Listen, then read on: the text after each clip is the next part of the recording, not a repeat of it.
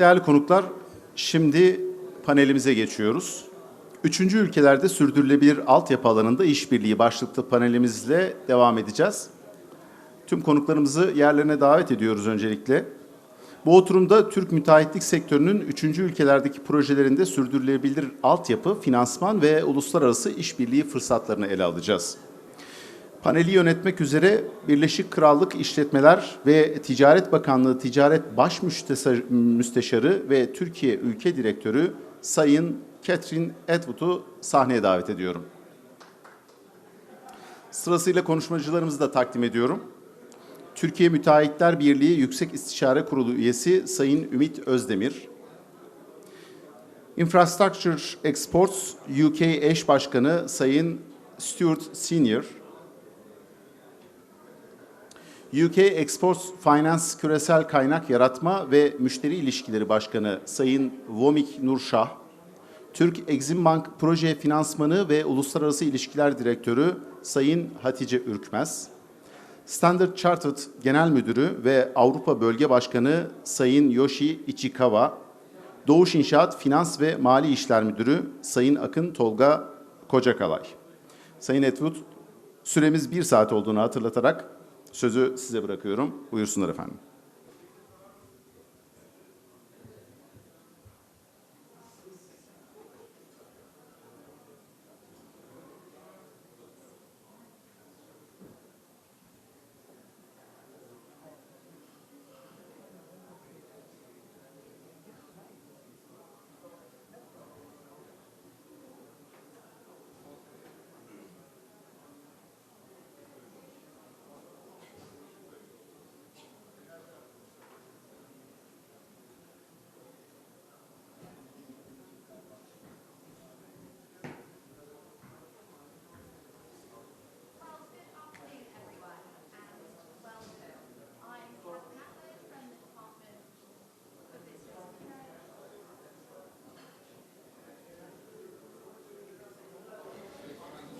Good afternoon, everyone, and welcome. I'm Katherine Attwood from the Department for Business and Trade here in Turkey, and I'll be moderating this session on sustainable infrastructure collaboration in third countries.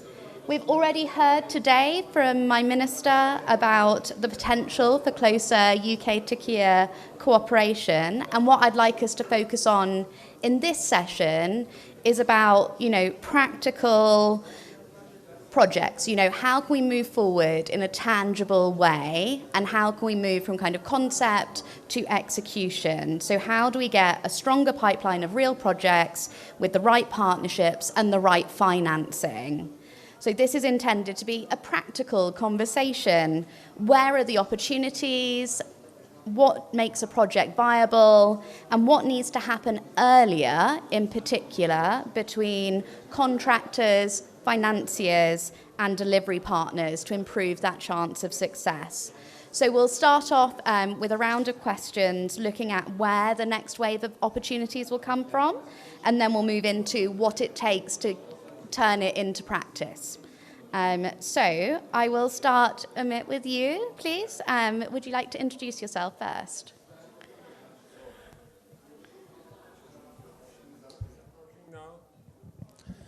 My question, this session will be in Turkish or in English? In English. In English. But second, why we are starting so early? Because majority of the people, they are in the other session and it is not finished and it was delayed for half an hour.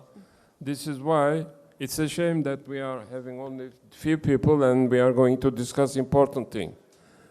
My opinion is to wait for the other people, finish their session and to continue here. But anyhow, as we have started, I will continue. So, my name is Ümit Özdemir and I am member of the Turkish Contractors Association Board. I'm in the construction business for 53 years, and in the past I worked for a Turkish company called Tekfen as chairman. Now, I would like to start with the information about the Turkish contracting industry all around the world. I'm sure that all the information have been repeatedly passed by the ministers, by other audience people at the starting of this conference. But very small information. From the beginning, nearly 138 Turkish companies work abroad, and the total volume of the work they have done is approximately, for the time being, $530 billion. And today, in 2025, the figure dropped to yearly $20 billion.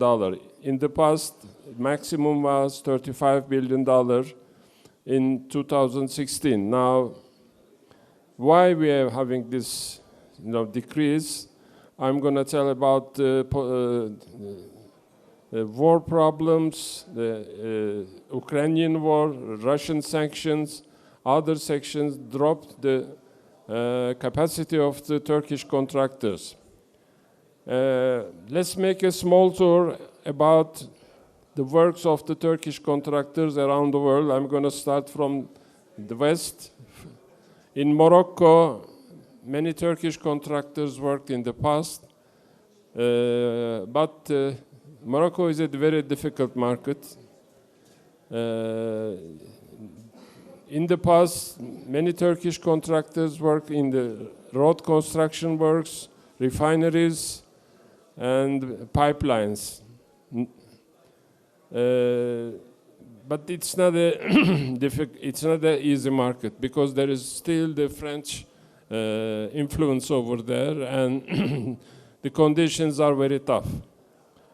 Coming to Algeria, Algeria also is a potential market, but they have financing problems, so many Turkish contractors are complaining about the delays on the payments. Therefore, the oil industry in Algeria is also managed by the Italians. This is why the Turkish contractors cannot find a place over there. Tunisia, I think only TAV has made a small airport construction. I will pass to Middle East. Middle East, for the time being, Turkish contractors in the Middle East, they are doing the sea part of the work. The future for the Turkish contracting industry, in brief, is to be an EPC contractor, or EPC-M or EPC-F. Without doing the total EPC contract, if you do only the sea, so you do the donkey work and you don't earn any money.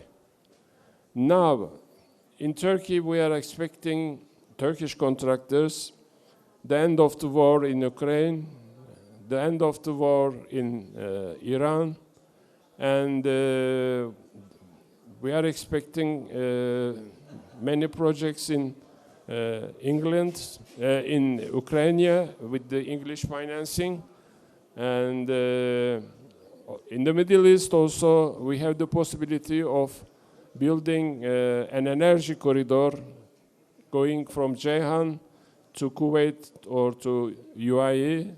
This will be a pipeline, a motorway, a railway, a gas pipeline, and on top of this, this is of course a dream project of Turkish people, bringing water from Turkey to the Middle East. This will be an energy corridor which will ensure also the security of energy transport in the Middle East. So in brief, the Turkish contracting industry is very active, but to my opinion, the industry has to adopt themselves to be an EPC contractor and or EPC-F together with the help of the Turkish Exim or the other financing institutions. Thank you. Thank you. Umut Bey, I really appreciate that run through of some potential projects, and it sounds like reconstruction is a potential area as well, looking at Ukraine and other opportunities. Stuart Senior, let me bring you in now as well. From the UK side, where do you think that British firms add the most value at the early stage of project shaping, whether that's in design, advisory support, or engineering expertise? And what needs to change if that capability is going to be brought in earlier alongside Turkish contractors? Okay, thank you, Catherine. Just a quick, before I answer the question specifically, but just a quick idea of, I'm here representing infrastructure exports, and that's, I co-chair that with Minister, the Minister that you saw earlier on this morning. We are here representing the UK private sector team. So the IEUK is a representative board. It's a mix between the UK government and the private sector team, and it involves all those organisations that I'm sure many of you recognise, such as Arup, Mott MacDonald's, Mays, Turner and Townsend, to name but a few. The one thing we do not have on there in any great representation is contracting expertise.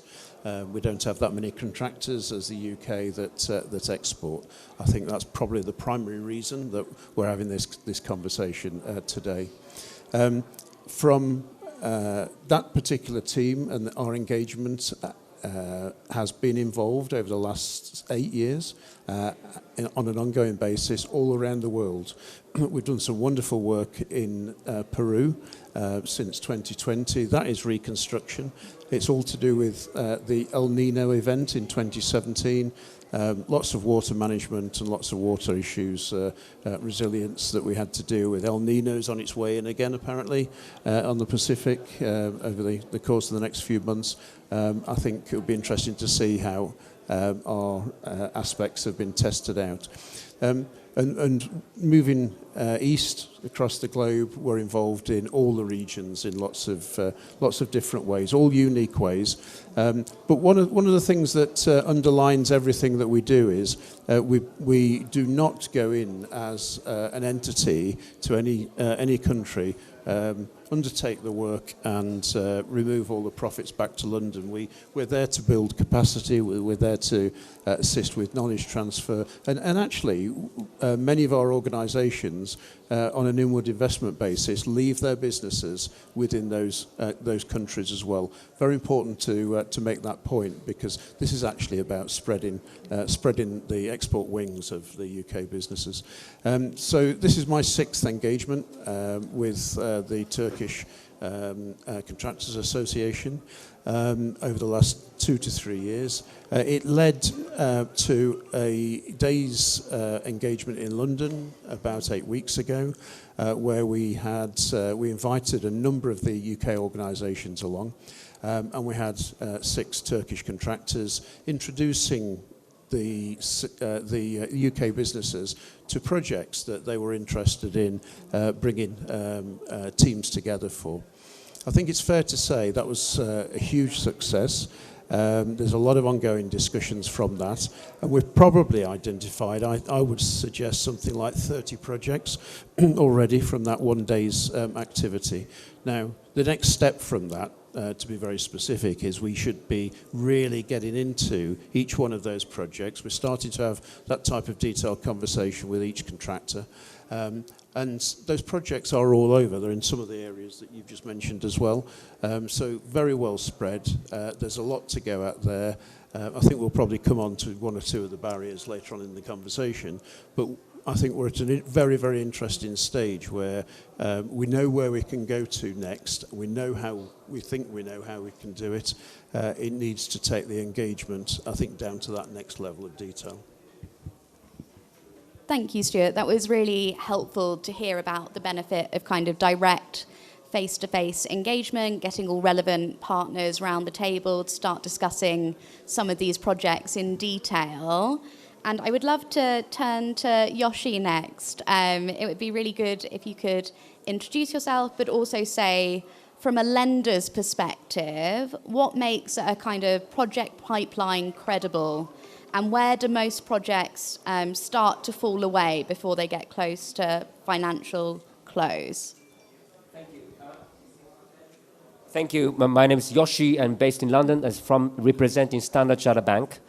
Why Standard Chartered Bank here is because we finance a number of large-scale infrastructure projects where Turkish contractors are involved as an EPC contractor, which is, I have to say, we have a tremendous respect to Turkish contractors' ability to win the contract, ability to be competitive, ability to manage the complex work stream and then execute to the end.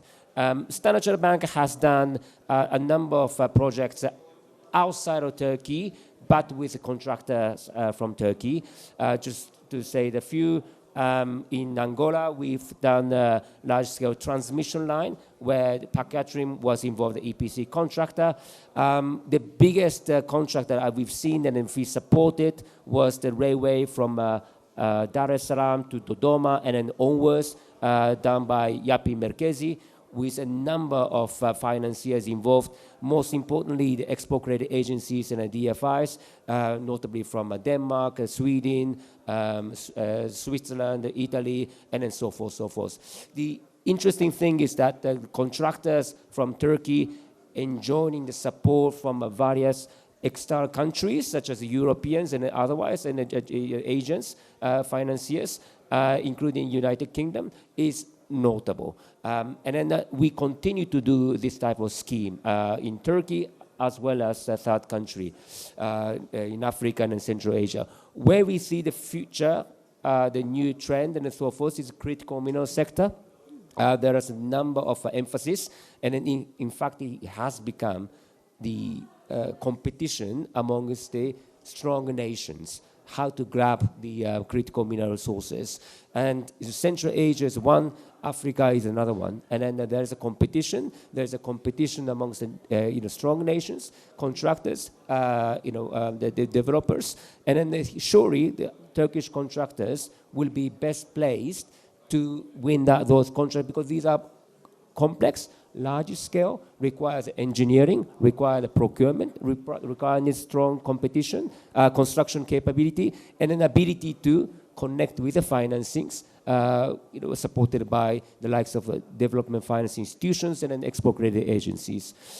Where we see that, in the financing wise, it's in terms of the pitfalls and then the challenges. First one is definitely, especially in the context of mining and then the large scale, it is environment social impact assessment. It takes 2 years and 3 years, worst case. And then we have seen a transaction which took 5 years, to be honest. So it's a difficult one, but these are transactions that we can manage, and together with the experienced contractor, such as Dush, such as Yapi Merkezi and others, there are a number of strong contractors in this room. The other thing is that connect this construction with the relevant exports from United Kingdom, from other European nations, from America, from Asia, ability to connect these resources and then the imports, and then connect it to the export credit agencies financing, it is a key. Right? And then if you cannot manage those to the end, then the financing will not happen, and then they will fall through. And then last piece is that for them to be able to execute financing properly, partnering with Standard Chartered Bank is the best answer. With that, I would like to conclude my intervention. Thank you. Thank you, Yoshi. It's great to see examples of Standard Chartered financing EPC projects already with Turkish contractors. And I think you make a really good point about this focus now on sustainability, which I know is one of the focuses of this conference, and also in the year of COP31, which is being hosted in Antalya this year. So it's good to kind of keep that conversation going. I know for us, we're focused on green finance, helping to support awareness of kind of ESG requirements. And I think that's a really valuable element to explore too. you mentioned Exim Bank and Exim financing. So Hatice, let me turn to you next. What are the main financing challenges Turkish contractors face when they go into third markets? And how far do the current export finance tools really meet those needs in practice? Thank you. Thank you, Katherine. So let me start introducing myself first. I'm the project finance director in Türkiye Exim Bank. I have been working for Türkiye Exim Bank for 25 years this year. As the state official export credit agency of Turkey, first of all, we are very proud of our contractors' business abroad. And try our best to provide support to mobilize financing for their jobs that they undertake in third markets. However, when we come to main constraints, I believe the first issue would be the ability to bring financing solutions in addition to construction offer. Especially in emerging markets. So in order to bring finance, I believe first early engagement is very important with the financiers to engage with the potential financiers. The important issue would be project preparation phase, procurement strategy. Because especially large infrastructure projects like Yoshi mentioned, now rely on global supply chains. Our contractors may procure from Turkey, United Kingdom, Europe, Asia, or local suppliers. So a well-designed procurement strategy actually is the key issue, is the key tool to bring financing to the project. Because if you have a well-designed procurement, you can attract the export credit agencies of these countries where you procure. And the second one, I don't want to echo Yoshi, but ESG compliance is a very important issue as well and becomes a challenge when you undertake large infrastructure projects. Again, early engagement is, I believe, very important for ESG compliance. And this makes a broader financial ecosystem. It is critical. I observe that successful projects increasingly combine the strengths of different counterparties. Export credit agencies, commercial banks like Standard Chartered Bank, multilaterals, DFIs, contractors, the sponsors, and even consultancy, the advisors. They need to be at the same table at a very early stage. And equally important is the collaboration between these institutions. I can say that financing is very much a team sport, right? And the challenge is orchestrating it. Thank you. Can I have a question too? Of course. When we were discussing in the past in the Turkish Contractors Association boards, we were complaining about the level of support of Turkish Exim Bank to contractors, because the main target of the Turkish Exim Bank at this time was for the exporters with very short terms, but for the contractors, I don't know how far you have gone, but at this time it was maximum 50 million, something like this. Am I correct? Or now, did you change your policy now? No, actually we supported from the establishment approximately $4 billion of support for the projects undertaken by our contractors in third countries. Specifically, from 2012 or 13, we provided $1.5 billion of support for the projects, especially concentrated in African continent. What is the maximum value? Maximum value for any project. $300 million for Ethiopian railway project. for yapı merkezi. Yes, for yapı merkezi. And we supported various projects, but the maximum But value I was think 300. 300 million is not sufficient. You have made a consortium with many other Yes, of French course. consortium others. Yeah. Large infrastructure projects need consortiums Yes. because no one single institution Yes, yes. can provide capacity Sure. to finance the transaction. We actually joined our forces with the other ECAs. As of now, we are doing with Standard Chartered the same thing for, again, a large infrastructure project in Africa. So now I can say that Türkiye Exim Bank is changing. We are more flexible, not as flexible as UKF. That is why actually our best counterparty is UKF when it comes to third countries collaboration. But we are trying our best to be more flexible, to meet the needs of our contractors. And you will see us around more. Yeah. Thank you. Thank you, Hatice. And I think the theme of today is cooperation, and none of us can do this alone. So, Vomik, you've been name-checked already. I'd love to hear from UKEF's perspective, kind of how is export credit evolving to take into account more complex partnership models? And what does good project origination actually look like for you? Thank you. Thank you, Catherine. Thank you for having me here with the esteemed colleagues here. And thank you, Khatija Kadam, for the kind reference to UK Export Finance.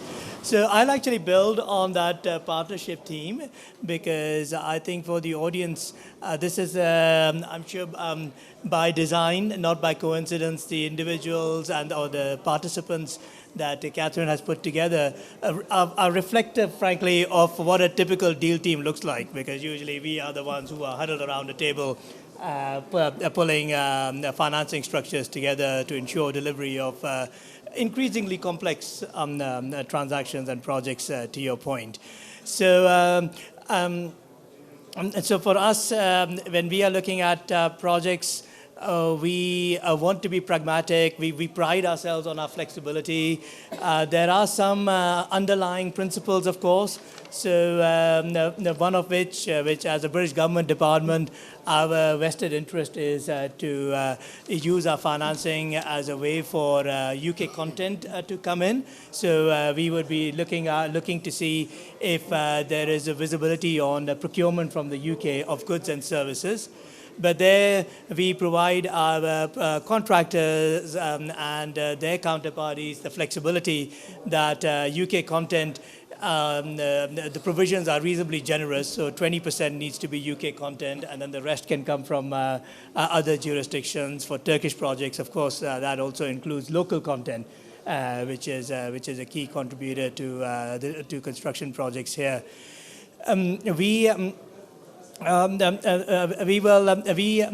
a credit standpoint, because we are coming in from the lender standpoint, so work closely with banks like Standard Chartered. We spend a lot of time on the bankability of projects. So not all financing asks would be relevant for us, not because we are not interested, but it may be a case where equity is the right answer rather than debt, and then we sit outside that remit. But we will help play a part in helping the banker in enhancing the bankability of a proposition, and that's a key role that ECAs provide by working closely with the commercial partners to enhance the financial profile of a case at hand. And when you're looking at projects, finally, I would note that we try not to be too prescriptive.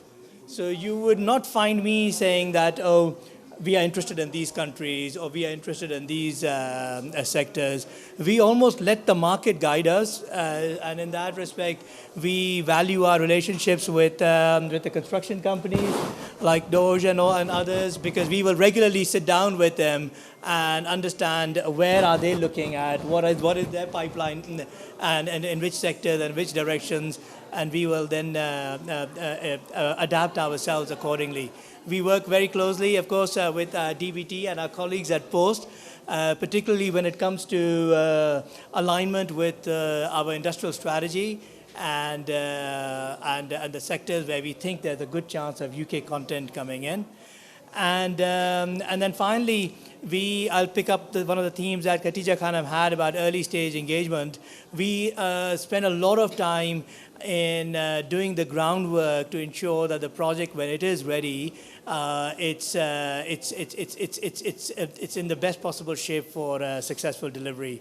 So we do that in a variety of ways through sort of engagements with each other and with our counterparts, but also today the minister talked about our EPSG product, which is our early project services guarantee that's designed to help project sponsors, contractors work through ENS studies, other feasibility work that's required before a project is relevant for construction or becomes ready for that. So the final thought from a business origination standpoint, Katherine, we see the Turkish customers as a key enablers of our business, not just here, but all over the world. In fact, we piggyback on their activities in entering markets such as Central Asia, Africa, and in that respect, we end up cooperating very closely with Turkexim. So in addition to the cases you mentioned, we work together in Iraq, where without a Turkish contractor, truth be told, we will struggle to find Turkish companies, British companies going in to a project in Iraq. But because we have that EPC contractor who's doing the civil works, we can bring in our financing, to whom it pays point about doing that civil works not being enough, and bringing in the financing side. So we work with Turkexim on that. We also work with Turkexim on a project in Angola, and there are many others in our pipeline. So absolutely, given the complexity, we cannot do it all on our own, and have an iterative and collaborative approach to get deals to a successful conclusion. Katherine, if I may add, Womit, thank you so much. This collaboration is called reinsurance mechanism. For the information of the audience, if you approach us at early stages, we can develop by discussing with the UKF how we can structure the guarantee, counter guarantee or reinsurance mechanism between our institutions. This is why we all emphasize early stage engagement. Thank you. Thank you, and I think that's a real positive message takeaway, is that early engagement with other partners, with Exim Bank, with financiers. It's important to engage early and assess the feasibility. And Tolga, let me turn to you. Last but certainly by no means least, you're a fine example of a Turkish contractor. When you look at international opportunities, what do you focus on first? Do you look at the market potential? Do you look at the risk? Do you look at the financing? Do you look at the strength of partners? And what to you makes a bid feel worth pursuing? Thank you very much. My name is Tolga Kocakalay. I am the CFO of Doğuş Construction. Responsible from financing and project financing. And in last couple of years, I had a chance to deal with some EPCF projects as well, where we had financed, led by those, two of them were led by UKF, Yerköy-Kayseri high-speed railway project, and also in Ukraine, we worked together with UKF. As a contractor, when we evaluate infrastructure opportunities in third countries, we do not look only pure engineering perspective or engineering challenge. While navigating international projects, we need to have a highly disciplined frameworks. Mostly we focus on three main perspectives. Those are first one, macroeconomic stability of the host country. certainty of the cash flow, specifically the analyzing sovereign guarantees in the country, and also finally security and execution capacity on the ground. Those are the major items that we are focusing on. We are dealing with a very quickly evolving risk profiles. Contractors can no longer absorb poorly structured project risks after the reality of post-pandemic inflation and prolonged high interest rate environment. Moving forward, standard fixed price EPC contracts are not covering them all. That's why to make these projects bankable and deliverable, we must insist on robust inflation indexation, clear predictable currency convertibility mechanisms built directly in the contracts. Because of these complexities, entering challenging jurisdictions is no longer a solo work. This is where we view partners as risk mitigants. Partnering with UK firms is, for example, is not just about adding engineering perspective or depth into the bid. It is fundamentally about institutional credibility. When a third country project has a UK advisory and engineering combined with UKF support, the entire dynamic changes, and the host government no longer sees it as a fragmented commercial transaction, but views the project as a strategic bilateral priority. This shared institutional weight directly lowers the political and regulatory risks, making the project secure and viable for everyone involved in the project. In short, by combining the UK's structural and financial de-risking mechanisms together with the Turkish contractors' execution capabilities, we successfully protect our balance sheets as the contractors from the risk mitigations, and also deliver the bankable projects for the sake of the host country. Those are the main items we will focus in. Thank you. Those were really practical tips. So I think that takes us nicely into the next kind of set of questions, which is what needs to happen in practice to turn that pipeline into finance projects. So, Vomit, let me come back to you first. Can you talk us through, in practice, what it takes to get a deal into a shape that is genuinely financeable? What do you need to hear from contractors and financial partners, and why does that early engagement that you spoke about earlier matter so much? Sure. I'll pick on some of the themes that I've already covered that preparation work for projects, and link, Katherine, to your earlier question and comment about complexity of transactions. That is a fact of life. And as Akin Bey also noted, that more and more straightforward vanilla projects are quite rare in all respects, whether it's the geopolitical considerations, it's the financing structures, the interest rate environment, the structural complexity of infrastructure projects. Increasingly, what we find is that the projects are harder, have a bit of, as we say in England, a bit of hair in it, which just reiterates the importance of early engagement. So what we'll be looking for, depending on the project, the intensity varies, but particularly for the way we think about it, linear projects like railway lines, road lines, developers and participants should immediately think about ENS. That is, ENS will always take longer than one anticipates, and from a sustainability standpoint, is a particularly involved due diligence item for these linear projects, more so than hospital construction, a building that's going vertically up.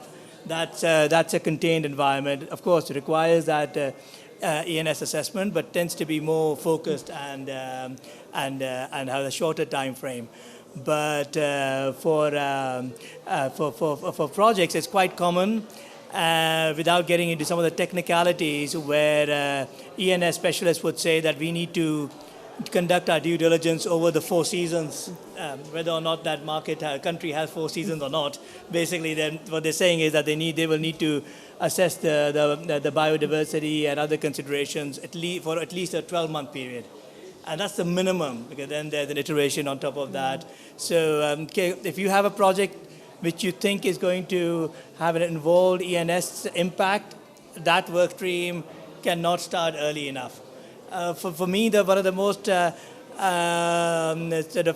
so to speak, depressing part tends to be that we will end up spending several months trying to convince a stakeholder to initiate an ENS study.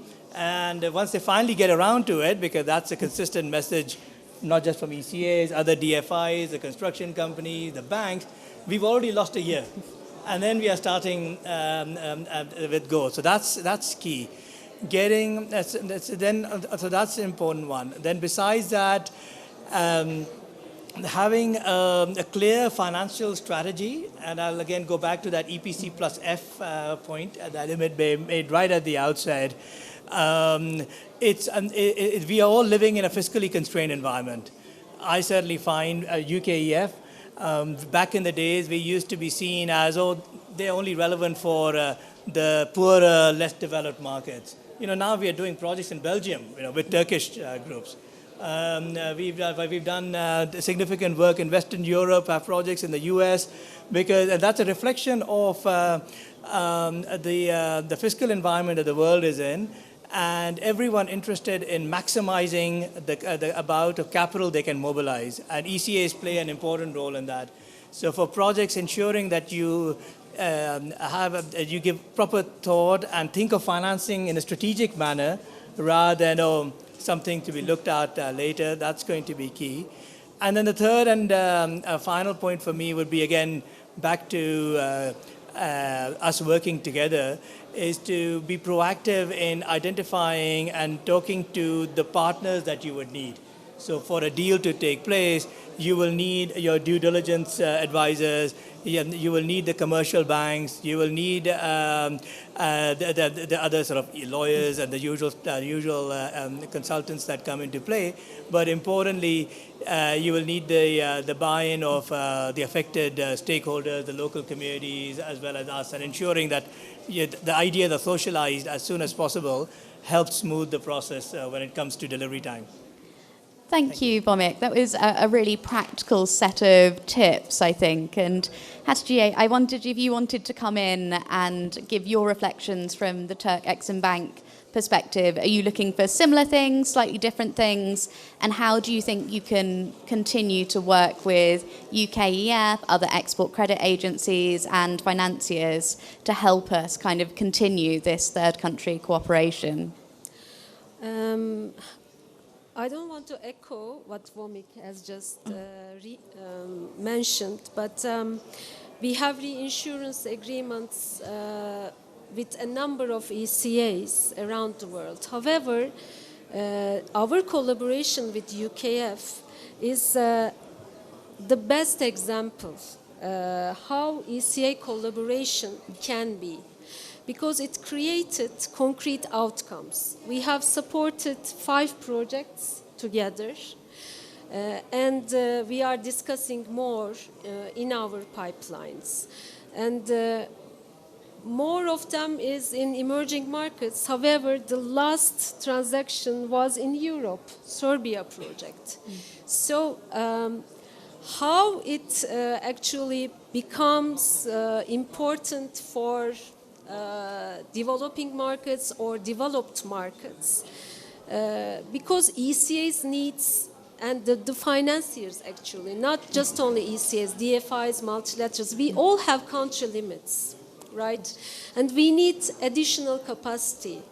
We can have this capacity by sharing our risks with our counterparties, mostly with ECAs actually, so that we can optimize our country limits, we can have additional capacity for other projects, and we will not have concentration on one single project in one country. So we can diversify our risks as well. And when it comes to UK and Turkey collaboration, I believe it is very successful because our companies... Could you just bring your microphone closer? Sorry. Thank you. The UK-Turkey collaboration It is quite successful because our companies are complementary. As we all mentioned, our contractors are very experienced operating in challenging environments. And they have excellent construction capabilities. However, UK has technology and supply chains. So our companies join their forces and their ECAs are joining their forces as well. So again, early engagement is very important to bring us in the picture to structure a finance package for the projects. Thank you. I think the key message there is together we are greater than the sum of our parts, and we can definitely do more in the sector given these projects are so large by their very nature.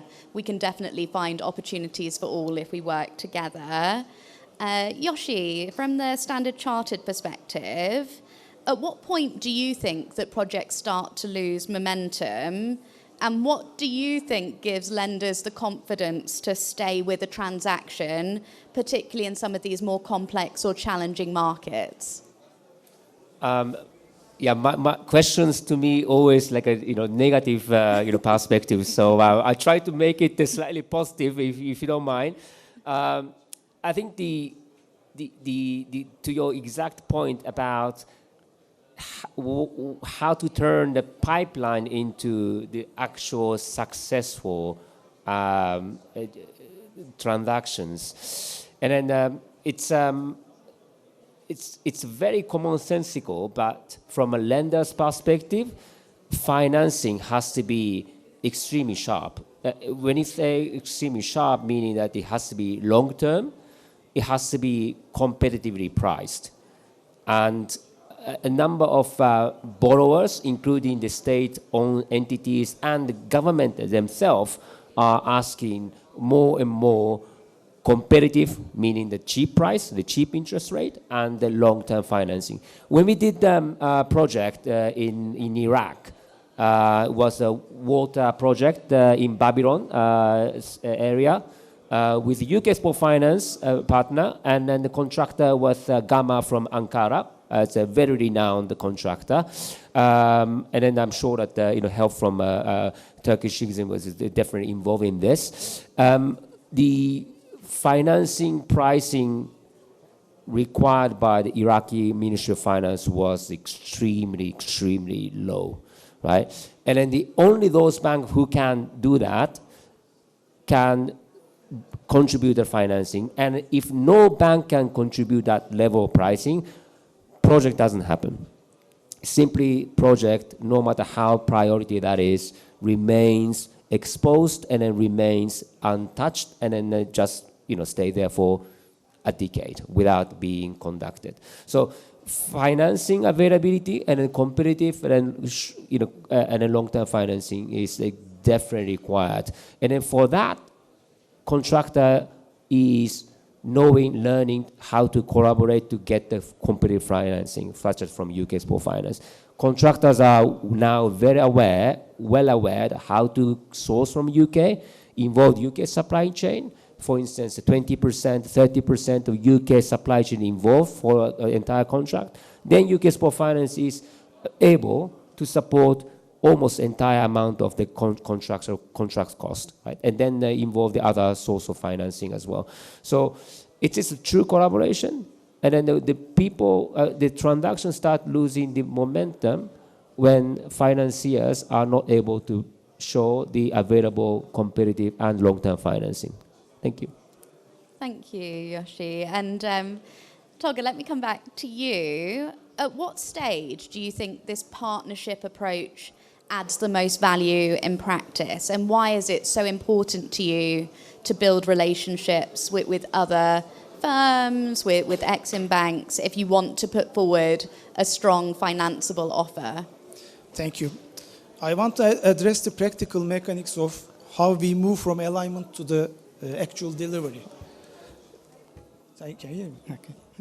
For a contractor partnership at the highest value, when they resolve the upstream bottlenecks, too often great projects lose momentum because initial feasibility studies or environmental assessments fall to meet the international lender standards.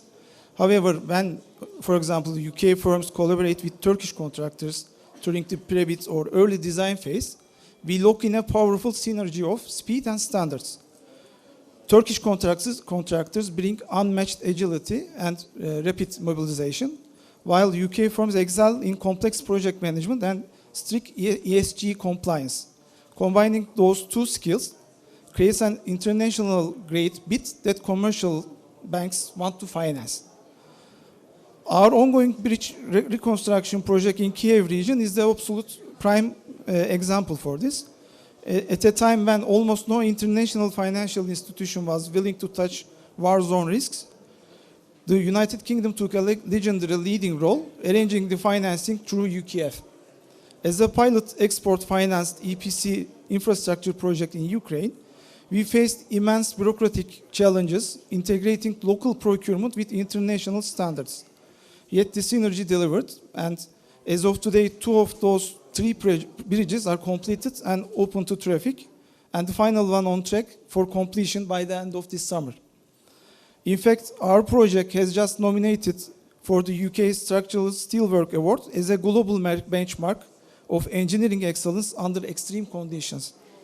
This is what happens when UK financial support and meets with Turkish execution capabilities. As a result, we must recognize that financing is the ultimate enabler. A contractor's balance sheet has its limits. True alignment means that co-financing structures between UKF, Turk Exim Bank must become standardized, practicable and seamless so that we can have a blended finance structure where ECA-backed tranches efficiently pool in commercial liquidities from like Standard Chartered. This is how we optimize the total cost of capital for host country, mitigate balance sheet risk for the contractor, and transform a theoretical project into an award-winning delivered infrastructure. Thank you. And I know our minister was delighted to go and see the bridge in person when he was in Kyiv. It's a real example of where we can collaborate together and achieve together. And I think you bring back some points that we've heard from several people now about ESG compliance and working together early, and the complementarity between, you know, the Turkish agility, as you described it, and the UK skill set in this complex project management. So I think that's a message we've heard across several panelists now. So I think that's definitely a key takeaway for me from this conversation. Umit, let me come back to you. If you step back and look across the system as a whole, what are the main obstacles Turkish contractors still face?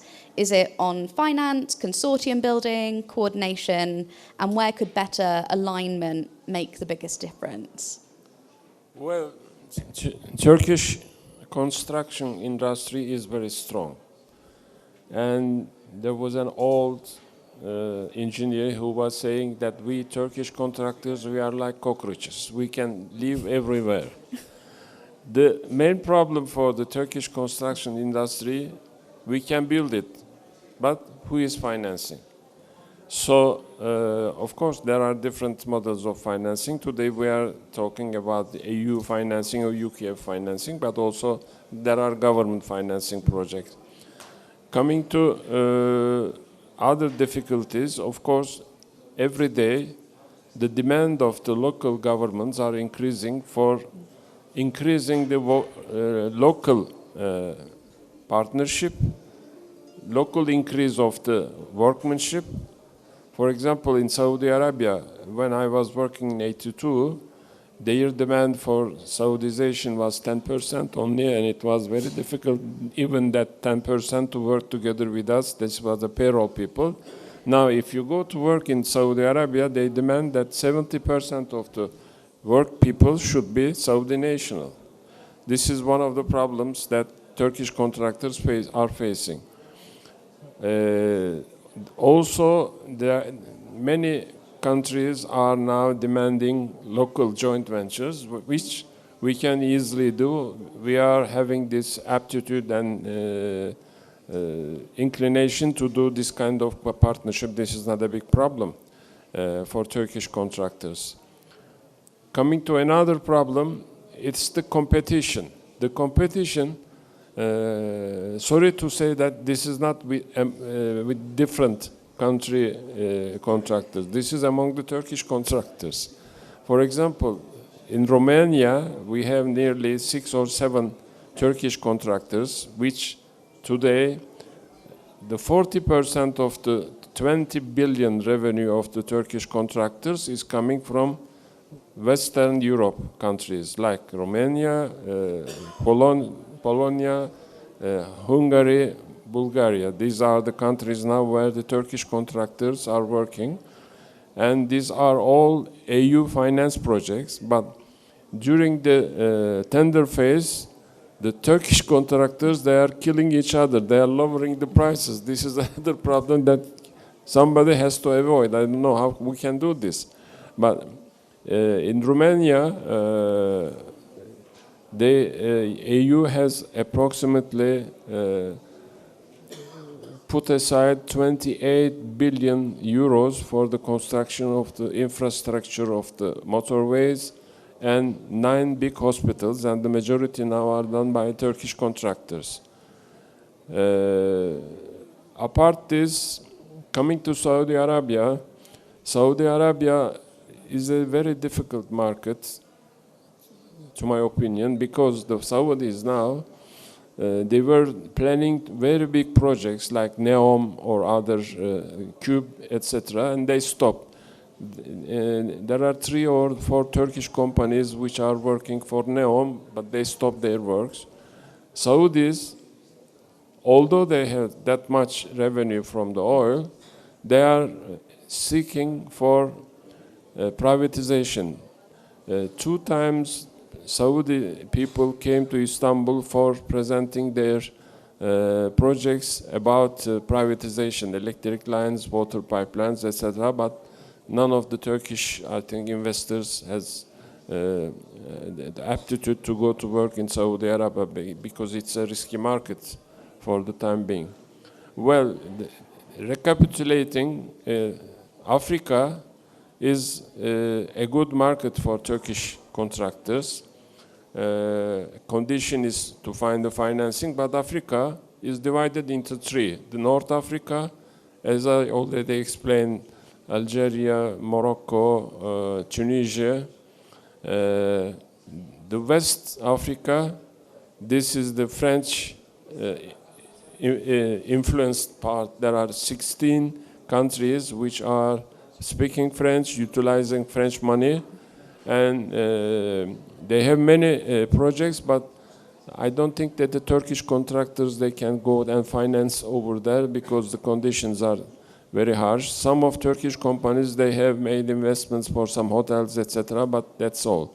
But East Africa is a very open market, need financing, cooperation with UCF, and Turkish contractors can do a lot of work because, as I heard, I don't know whether it is true or not, that there is nearly $100 billion infrastructure projects to be invested in the East African countries. Thank you. Thank you, Amit. And I think you make a really good point about conditions being challenging. I think we all know that there may be local requirements that we need to navigate, and thinking creatively about how we can meet those is really important, as well as looking at new markets so that we're not all working in the same space. I forgot to say also the Caspian Sea countries or Eastern Europe, there it's also a good market, especially Turkmenistan, Kyrgyzstan, other countries. They require financing, they have good projects, and you can go and work over there. I'm not counting Azerbaijan because Azerbaijan is an oil-rich country, and one of the best investors in Azerbaijan is British Petroleum, as you might know. Yeah. I do. Thank you, Stuart. We've got 5 minutes left, so let me finish this with you. What do you think stops UK firms getting involved early enough And what practical changes would help make early stage cooperation with Turkish-led projects more consistent from your perspective? Yeah, excuse me, yes, I think it's interesting because the organisations that I mentioned earlier on that sit under the infrastructure exports banner, they operate and they've exported for many years, most of them, and they are operating on a business as usual basis in many, many countries around the world already. And I speak with my experience of my own business. You know, within each country, we might be British, we might have the British flag. Within each country, we have a local entity that is absolutely, I was in India last week for our business, it 100% an Indian business. And that's a great model around the world. So in terms of continuing that exports ethos, those businesses, they've got the experience and they will continue to do that. They'll continue to move it forward. Under the infrastructure exports banner, I mentioned we're on year 8. We probably took 4 years to come together as a UK consortia, a UK team. And that is because when we go and trade in the exports arena, our biggest competitor is the guys down in the road in London, which is crazy. So we're working ourselves in a manner that actually is more collaborative, of more team ethos. And now we've got this powerhouse of UK expertise just ready to go in various parts of the world. And I think we can, providing we can get the trust of those organisations, that there's a real keenness and desire on all governments, Turkish, British and the host third country government as well, to move ahead. I think you will get a full 100% commitment from organisations. And then you've got the best organisations from Britain, you've got the best from Turkey as well. There's some key differentiators in there. I keep looking at Gavin there. Gavin Summerson, hand up, is the world's expert on BIM and digital construction. Wonderful supply chain. That's an area of UK differentiation that should be in every project, no matter what or how it is structured. But I think that, you know, providing we can go back to the 30 projects I mentioned at the start of the discussion, within that, you know, every sector pretty well is represented. And one of those sectors that we're discussing is nuclear. Nuclear's the SMR aspect of nuclear. It's got its challenges, and if we can make it work in nuclear, then actually we can make it work in multiple sectors. And then it really comes down to the tender scenario. You know, if we're going to get a left field tender in that's got underscored by a government around the world where, you know, we've already touched on some of the pricing levels. If that's going to come in left field at a level that we can't compete with, well, frankly, in that case, best to know as soon as possible and put it to one side, and we'll go and look somewhere else. Because picking up on the point, there's a lot of money out there, and I think we can help organisations, governments, and I would like to throw in at the end here, development banks. The world's development banks need assistance on delivery. And a lot of that, I think, comes into the reconstruction areas that we're now starting to understand where aspects could go to. But I think the funding is there. I'm not entirely sure, because of their existing procurement ethos, the delivery is where it needs to be. And I think we can work together with Turkish contractors in a very positive, very focused way to assist those development banks as well. Thank you, and thank you to all our panelists today. Can you give me 1 minute? Oh, I think we're out of time. I'm so sorry. Yeah, I forgot to say something. Very quickly. I mentioned about EPC. The Turkish contractors need strong engineering support. Engineering is very important because the minister already mentioned that the Turkish engineering or consulting firms, they have nearly 3.5 billion work volume. But engineering means the optimization of the project. The optimization is very important. None of the construction project finishes with the initial value. Of course, you have to play, you have to find the optimization, you have to change the design, and when you find the right design and the feasible design, everybody wins. The contractor, the owner, and the people. Thank you, and thank you again to all our panelists today. Sayın moderatörümüze ve kıymetli konuşmacılarımıza çok teşekkür ederiz. Öğle arası vereceğiz. Aynı zamanda sergi alanında da öncü firmaların çözümlerini inceleyebilirsiniz. Yeni işbirliklerinde kapısını aralayabilirsiniz. Saat 14'te yine bu salonda bir arada olacağız.